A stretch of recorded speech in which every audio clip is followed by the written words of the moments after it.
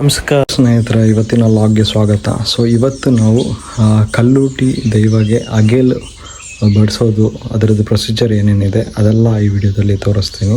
ಈ ವಿಡಿಯೋ ನೋಡಿ. ಕಲ್ಲೂಟಿ ತಾಯಿಗೆ ಅಗೇಲ್ ಬಡಿಸೋಕ್ಕಿಂತ ಮುಂಚೆ ಸಾಕಷ್ಟು ಪ್ರೊಸೀಜರ್ಸ್ ಇರುತ್ತೆ. ಸೊ ನಾವಿಲ್ಲಿ ಯಾವ್ಯಾವ ಪ್ರೊಸೀಜರ್ಸ್ ಫಾಲೋ ಮಾಡ್ತಾ ಇದ್ದೀವಿ ಅಂತ ಹೇಳ್ತಾ ಹೋಗ್ತಾ ಇದ್ದೀನಿ, ಕೇಳಿ. ಸೊ ಫಸ್ಟು ಒಂದು ಎಂಟಿ ಸ್ಪೇಸ್, ಅಂದರೆ ಒಂದು ಪ್ಲೇನ್ ಸ್ಪೇಸ್, ಶಾಂತವಾಗಿರುವಂಥ ಸ್ಥಳದಲ್ಲಿ ಒಂದು ಮನೆ ಇಡ್ತೀವಿ. ಮನೆ ಮೇಲೆ ಒಂದು ಬಿಳಿಯಾದ ಟವಲು ಅಥವಾ ಬಟ್ಟೆ, ಇದು ಒಗ್ದಿರಬೇಕು ಇಲ್ಲ ಹೊಸದಾಗಿರಬೇಕು. ಸೊ ಅದ್ರ ಮೇಲೆ ಒಂದು ದೀಪ ಇಡ್ತೀವಿ. ದೀಪದ ಜೊತೆಗೆ ಒಂದು ಚೆಂಬಲ್ ನೀರು, ಹಾಗೆ ಪುಣ್ಯ ನೀರು, ಒಂದು ಲೋಟದಲ್ಲಿ ಪುಣ್ಯ ನೀರು ಇಟ್ಟಿದ್ದೀವಿ ಇಲ್ಲಿ. ಸೊ ಪುಣ್ಯ ನೀರು ಅಂದರೆ ಏನಂದರೆ, ಈ ದಕ್ಷಿಣ ಕನ್ನಡ ಜಿಲ್ಲೆಯಲ್ಲಿ ಪುಣ್ಯ ನೀರಿಗೆ ಒಳ್ಳೆ ಪ್ರಾಮುಖ್ಯತೆ ಇದೆ. ಸೊ ಪುಣ್ಯ ನೀರು ಅಂದರೆ ಈ ಅರ್ಚಕರ ಹತ್ರ ಕೇಳಿದ್ರೆ ಕೊಡ್ತಾರೆ. ಹಾಗೆ ಮಲ್ಲಿಗೆ ಆದರೆ ತುಂಬ ಇಷ್ಟ. ಸೊ ಮಲ್ಲಿಗೆನ ದೀಪಕ್ಕೆ ಫುಲ್ ಸುತ್ತಿ, ದೀಪಕ್ಕೆ ಎಣ್ಣೆ ಹಾಕಿ ದೀಪ ಹಚ್ಬಿಟ್ಟು ಅಲ್ಲಿ ಪ್ರಾರ್ಥನೆ ಮಾಡಿ ತುಳಸಿ ಕಟ್ಟೆ ಹತ್ರ ನಾವು ಹೊಡುತ್ತೀವಿ. ಸೊ ತುಳಸಿ ಕಟ್ಟೆ ಹತ್ರ ಬಂದಮೇಲೆ, ತುಳಸಿ ಕಟ್ಟೆ ಹತ್ರನೂ ಒಂದು ಗ್ಲಾಸಲ್ಲಿ ಪುಣ್ಯ ನೀರು ಮತ್ತು ಒಂದು ಚೆಂಬಲ್ ನೀರು ಇಟ್ಟಿರ್ತೀವಿ. ಸೊ ಫಸ್ಟು ಒಂದು ಕೋಳಿಗೆ ಪುಣ್ಯ ನೀರು ಕುಡಿಸ್ತಾ ಇದ್ದಾರೆ ಇವಾಗ ಅಲ್ಲಿ. ಸೊ ಕೋಳಿ ಇದು ಮೊಟ್ಟೆ ಇಟ್ಟಿರಬಾರ್ದು, ಕೋಳಿ ಯಂಗಾಗಿರಬೇಕು ಕೋಳಿ. ಸೊ ಆಮೇಲೆ ಇವಾಗ ಅಲ್ಲಿ ಒಂದು ಚೆಂಬಲ್ಲಿ ನೀರಿಟ್ಟಿದ್ದೀವಲ್ಲ, ಆ ಚೆಂಬು ನೀರಿಗೆ 5 ಮಾವಿನಕಾಯಿ ಎಲೆ ಕೂಡ ಹಾಕಿರ್ತೀವಿ. ಅದು ಈ ಅಲ್ಲಿ ಸ್ಪರ್ಶನೆ ಮಾಡ್ತೀವಲ್ಲ ನಾವು, ಸೊ ಪ್ರೋಕ್ಷಣೆ ಮಾಡ್ತೀವಲ್ಲ, ಅಲ್ಲಿ ಅದೆಲ್ಲ ಯೂಸ್ ಆಗುತ್ತೆ. ಎಲೆಯಿಂದ ನಾವು ಸ್ಪ್ರಿಂಕಲ್ ಮಾಡ್ಬೋದು. ಸೊ ಈಗ ಕೋಳಿಗೆ ಯಾವುದೇ ಒಂದು ಬಲಿ ಕೊಡೋಕ್ಕಿಂತ ಮುಂಚೆ ಅದಕ್ಕೆ ನೀರು ಕುಡಿಸ್ಬೇಕು, ಹಾಗೆ ತಿಂಡಿ ತಿನ್ನಿಸ್ಬೇಕು. ಸೊ ಇಲ್ಲಿ ನಾವು ಅಕ್ಕಿ ಕಾಳನ್ನ ಒಂದು ಬಾಳೆ ಎಲೆ ಇಟ್ಟಿದ್ದೀವಿ. ಸೊ ಅದಕ್ಕೆ ತಿನ್ನೋಕ್ಕೆ ಹೇಳ್ತಾ ಇದ್ದೀವಿ. ಇನ್ ಕೇಸ್ ಅದು ತಿಂದಿಲ್ಲ ಅಂದರೆ ನಾವು ಅದ್ರ ಬಾಯಿನ ಅಗಲಿಸಿ ಅದರೊಳಗಡೆ ಹಾಕಿ ತಿನ್ನಿಸಿ ಹಾಗೆ ಒಂದು ಸ್ವಲ್ಪ ನೀರು ಕೂಡ ಕುಡಿಸ್ತೀವಿ. ಸೊ ಇಲ್ಲಿ ಕೂಡ ಅದೇ ಮಾಡ್ತಾ ಇರೋದು ನಾವು, ಅಕ್ಕಿ ಕಾಳನ್ನ ಅದಕ್ಕೆ ತಿನ್ನಿಸ್ತಾ ಇದ್ದೀವಿ. ಸೊ ಮತ್ತು ಇನ್ನೊಂದು ಬಾಳೆ ಎಲೆನ ತುಳಸಿ ಕಟ್ಟೆಯಿಂದ ಸ್ವಲ್ಪ ದೂರದಲ್ಲಿ ಇಡ್ತೀವಿ. ಅದು ಏನಕ್ಕೆ ಇಡ್ತೀವಿ ಅಂತ ನಿಮಗೆ ಗೊತ್ತಾಗುತ್ತೆ. ಮತ್ತು ಅದ್ರ ಮೇಲೆ ನೀರಿನ ಪ್ರೋಕ್ಷಣೆ ಮಾಡ್ತೀವಿ. ಸೊ ಅಲ್ಲಿ ಶುದ್ಧೀಕರಣ. ಸೊ ಈಗ ಇದು ಸೂರ್ಯ ಉದಯ ಆಗೋ ಭಾಗಕ್ಕೆ, ಅಂದರೆ ಈಸ್ಟ್ ಡೈರೆಕ್ಷನ್ಗೆ ಫೇಸ್ ಮಾಡಿ ಪ್ರಾರ್ಥನೆ ಮಾಡಿ, ಒಂದು ಕೈಯಲ್ಲಿ ಕತ್ತು ಇನ್ನೊಂದು ಕೈಯಲ್ಲಿ ದೇಹ ಇಟ್ಕೊಂಡು ಟಕ್ ಅಂತ ಎತ್ಕೊಂಡೋಗಿ ಆ ಬಾಳೆ ಎಲೆ ಸ್ವಲ್ಪ ದೂರದಲ್ಲಿ ಇಟ್ಟಿದ್ದೀವಲ್ಲ ಅದರ ಮೇಲೆ ಇಡ್ತೀವಿ. ಇಟ್ಟು ಬಂದುಬಿಡ್ತೀವಿ. ಅದು ಯಾವ ಡೈರೆಕ್ಷನಲ್ಲಿ ಬಿದ್ದು ಅದು ಪ್ರಾಣ ಬಿಡುತ್ತಲ್ಲ, ಅದು ಒಂದು ಸೈನ್ ಆಗಿರುತ್ತೆ. ಅದು ಕೆಲವು ಡೈರೆಕ್ಷನಿಗೆ ಬಿಡಬಾರ್ದು, ಕೆಲವು ಡೈರೆಕ್ಷನಲ್ಲಿ ಅದು ಪ್ರಾಣ ಬಿಟ್ಟರೆ ತುಂಬಾ ಒಳ್ಳೆಯದು. ಮತ್ತು ಈ ಹೋಲ್ ಪ್ರೊಸೀಜರ್ಗೆ ಒಂದೇ ಒಂದು ತೆಂಗಿನಕಾಯಿ ಯೂಸ್ ಮಾಡಬೇಕು. ನಾವು ಎಷ್ಟೇ ಜನ ಇದ್ರೂ, ಎಷ್ಟೇ ಜನಕ್ಕೆ ನಾವು ಅಡುಗೆ ಮಾಡ್ತಾಯಿದ್ರು, ಅದು ಒಂದೇ ತೆಂಗಿನಕಾಯಲ್ಲಿ ಆಗಬೇಕು. ಈಗ ಕೋಳಿದು ಮಾಡ್ತೀವಿ ನಾವು, ಕೋಳಿದು ಸಾರು ಮಾಡೋದಕ್ಕೆ ರೆಡಿ ಮಾಡ್ತಿದ್ದಾರೆ. ಅಲ್ಲಿ ಕೋರಿದು ಮೇಲ್ಗಡೆ ಇರೋ ಪುಕ್ಕನೆಲ್ಲ ಸುಳ್ದು ಅದನ್ನ ಕಟ್ ಮಾಡಿ ಬೇಯಿಸ್ತಾರೆ. ಬೇಯಿಸುವಾಗ ಮಣ್ಣಿನ ಪಾತ್ರೆ ಆಗಿರಬೇಕು. ಮತ್ತು ಆದಷ್ಟು ನಾವು ಸ್ಟವಲ್ಲೆಲ್ಲ ಹೊರಗಡೆ ಒಲೆಯಲ್ಲಿ ಮಾಡೋದು.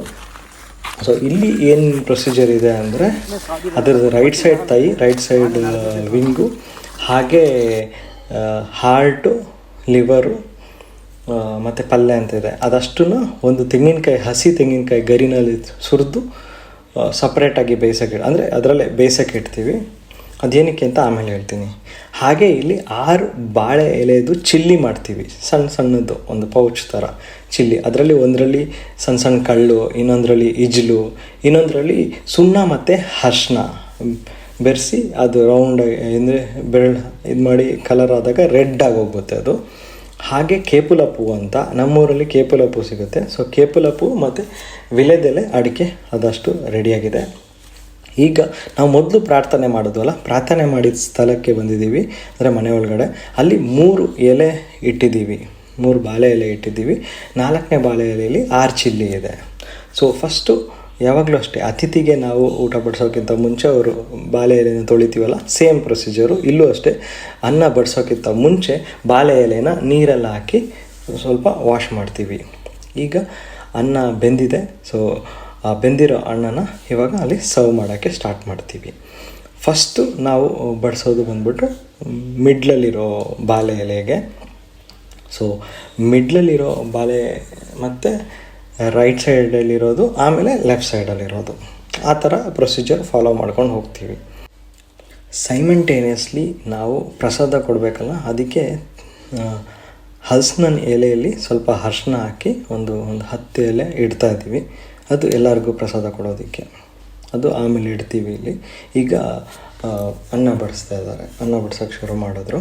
ಸೊ 3 ಸಲ ಮಿಡ್ಲಲ್ಲಿರೋ ಬಾಳೆ ಎಲೆಗೆ 3 ಸಲ ಬಡಿಸ್ತಾರೆ. ಆಮೇಲೆ ಲೆಫ್ಟಲ್ಲಿರೋ ಬಾಳೆ ಎಲೆಗೆ 3 ಸಲ, ರೈಟ್ ಸೈಡಿರೋ ಬಾಳೆ ಎಲೆಗೆ 3 ಸಲ ಬಡಿಸ್ತಾರೆ.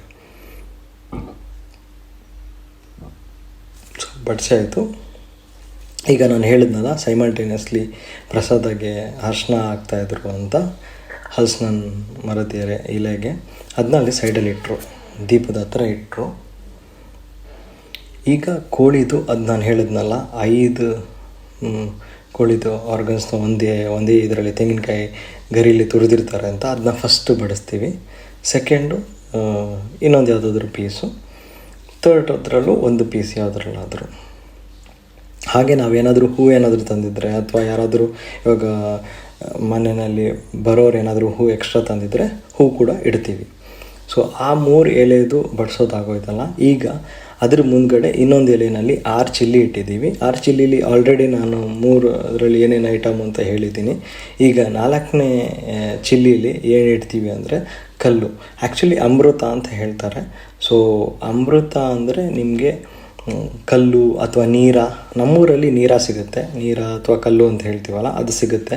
ಹಾಗಾಗಿ ಅದನ್ನೇ ಇಡ್ತಾ ಇದ್ದೀವಿ. ಇನ್ ಕೇಸ್ ಅದು ಸಿಗ್ತಾ ಇಲ್ಲ ಅಂದರೆ ನಾವು ಡ್ರಿಂಕ್ಸು ಅಂದರೆ ಯಾವುದಾದ್ರೂ ಈ ML ಕ್ವಾರ್ಟ್ರು ಅಂತ ಹೇಳ್ತಾರಲ್ಲ, ML ಕ್ವಾರ್ಟ್ರು ಅಥವಾ ವಿಸ್ಕಿ, ಬ್ರ್ಯಾಂಡಿ ಏನಾದರೂ ಡ್ರಿಂಕ್ಸು ಕೂಡ ಇಡ್ಬೋದು. ಮತ್ತು 2 ಚಿಲ್ಲಿಲಿ ಅನ್ನ ಬಡಿಸ್ತಾರೆ. ಸೊ ಅನ್ನ ಹಾಕ್ತಾಯಿದ್ದಾರೆ 2 ಚಿಲ್ಲಿಲಿ. ಆಮೇಲೆ ಸ್ವಲ್ಪ ಕೋಳಿ ಸಾರು ಕೂಡ ಅದಕ್ಕೆ ಆ ಚಿಲ್ಲಿಗೆ ಹಾಕ್ತಾರೆ.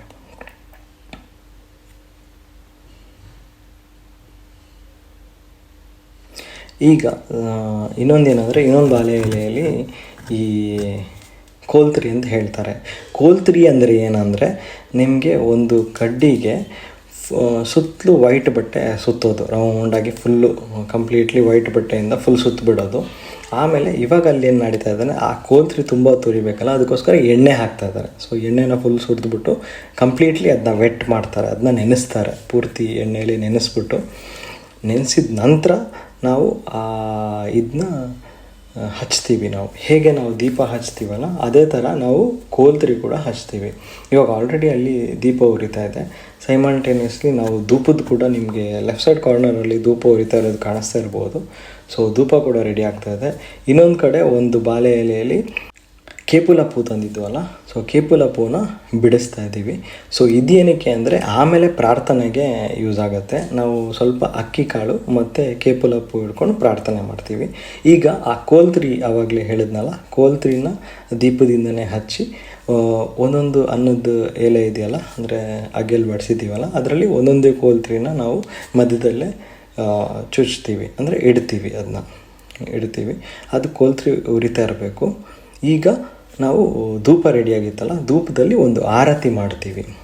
ಆರತಿ ಹೇಗೆ ಮಾಡೋದಂದರೆ 3 ಸಲ ಜೋರಾಗಿ ಫಸ್ಟು ದೀಪಕ್ಕೆ, ಆ ನಂತರ ಅನ್ನಕ್ಕೆ, ಅನ್ನದ್ದು 3 ಎಲೆ ಇದೆಯಲ್ಲ ಅದೆಲ್ಲದಕ್ಕೂ ಸೇರಿಸಿ 3 ಸಲ ನಾವು ಧೂಪ ಮಾಡ್ತೀವಿ. ಧೂಪ ಏನಕ್ಕೆ ಅಂದರೆ ಕಂಪ್ಲೀಟ್ಲಿ ಎನ್ವಿರಾನ್ಮೆಂಟ್ನ ಕ್ಲೆನ್ಸ್ ಮಾಡುತ್ತೆ. ಸೊ ಇದರಲ್ಲಿ ಇದು ತುಂಬ ಇಂಪಾರ್ಟೆಂಟು ಧೂಪ ಕೂಡ.